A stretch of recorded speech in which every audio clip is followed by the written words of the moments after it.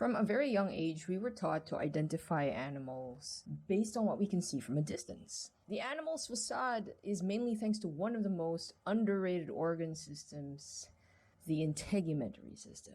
The overarching purpose of the skin is protection from predators, pathogens, toxins, foreign objects, friction, overheating, dehydration, hunger, losing rivals, to name a few. And the vertebrate skin achieves this with just two main layers.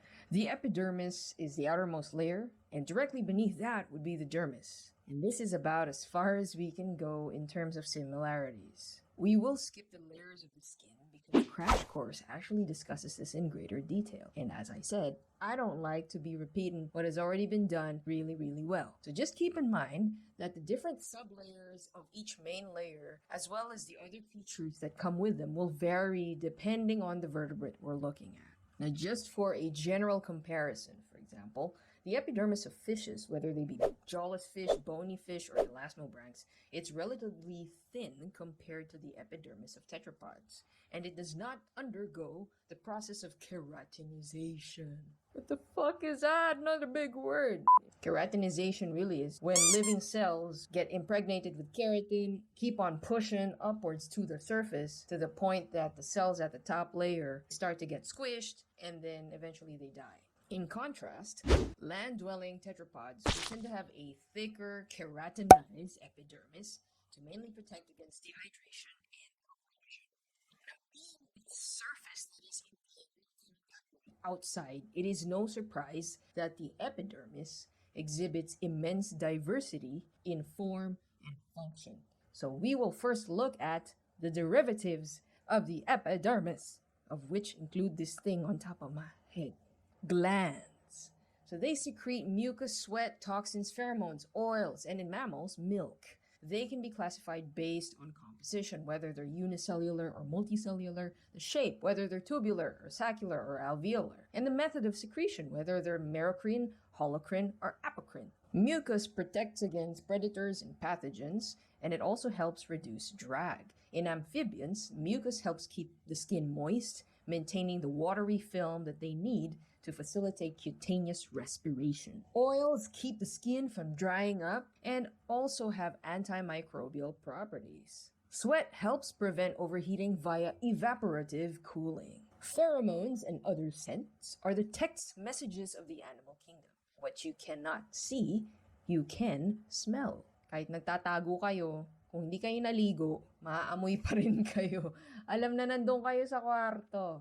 Milk feeds the baby. Scales. They're small, they're flat, cover most of the body, and in tetrapods, they are derived from the epidermis and are mainly composed of the protein keratin. The main role is to protect the organism from abrasion and dehydration. Snakes, the fact that they don't have limbs, they also therefore use their scales to sort of push off the ground to crawl. Feathers are the trademark epidermal structures of class Aves. The birds. Different types of feathers would include contour feathers. There are two main types: body contour feathers that help maintain the streamlined shape of the bird, flight feathers that propel the bird to soaring heights. Flight feathers can either be remiges if they are on the forelimbs, so they are the wing feathers, and rectrices are the tail feathers. Semiplumes and down feathers are mainly used for insulation. And how insulation works is that these feathers keep a pocket of air close to your skin. And because your skin generates heat, it warms that air. And because the air is trapped between all of those fuzzy feathers, then it does not escape, and then you sort of have an air jacket.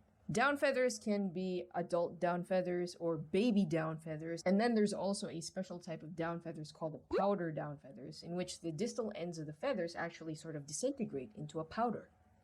Bristles are kind of like the whiskers, hence they are also sometimes called vibrissae, and they are found on a bird's face. They help the bird sense how fast it's flying because it also keeps the debris from hitting the eyes or any part of the face.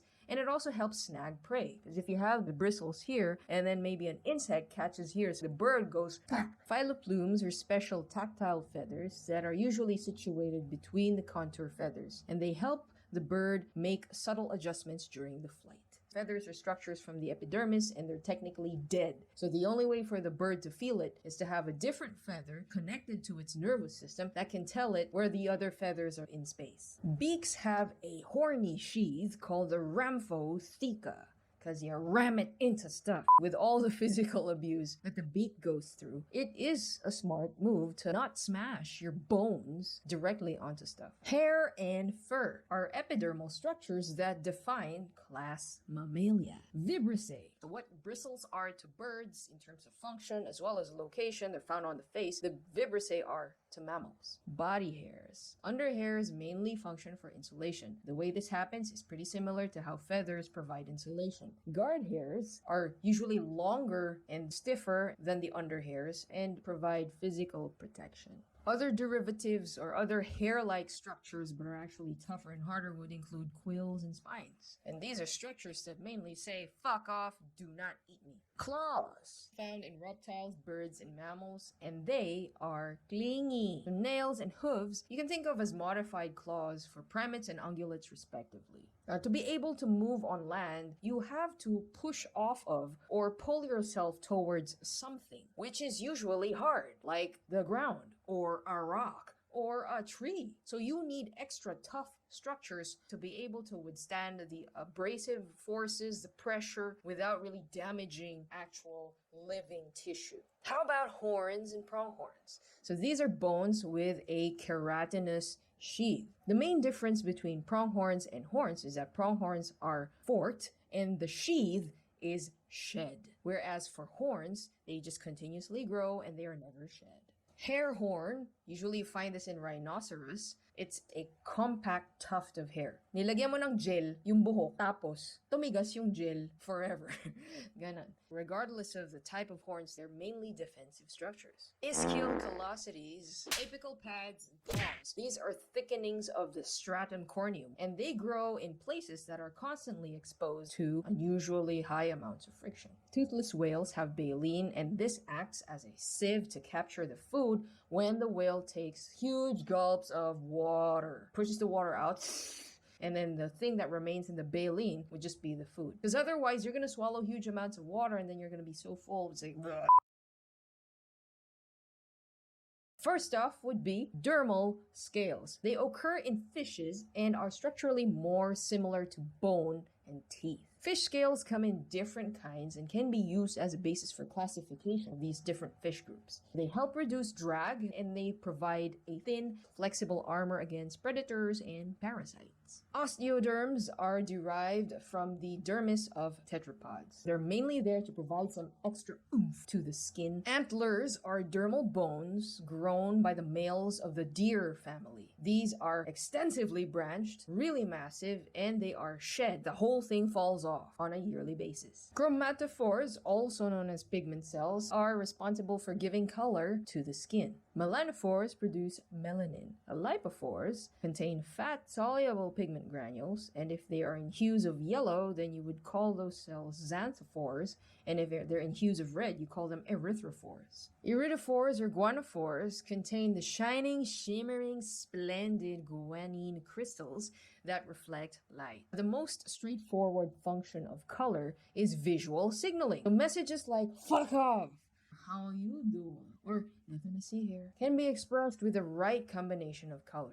But we often overlook the other powers of color. Melanin also confers structural integrity to hair and feathers, enabling them to better resist wear and tear. We all know that darker colors also absorb more radiant energy. So it is possible for some animals to use the darker side of their bodies to absorb more heat when it's cold. And that's really all there is to know about skin. It's pretty much a huge list of different structures coming from either the epidermis or the dermis. Now, if you're going to try to sort of make sense of all of these structures, think about the challenges that organisms have to contend with when they're living either in water or on land. And so what structures would they need to be able to survive in those environments? The wonderful thing about skin is it's really diverse. That's why we fall in love with animals. animals. Because I mean, if you look at plants, like they're all green and brown, and there's not much going on. But for animals, diba, they have all of these different structures, different colors. That's what the overarching message of diversity is. We can all survive even if we take different strategies. Philosophically, is there really such thing as right or wrong? And if you want to know more, there are other videos right here for you to get to know a little bit more about the wonderful structures of the skin. I'll see you soon.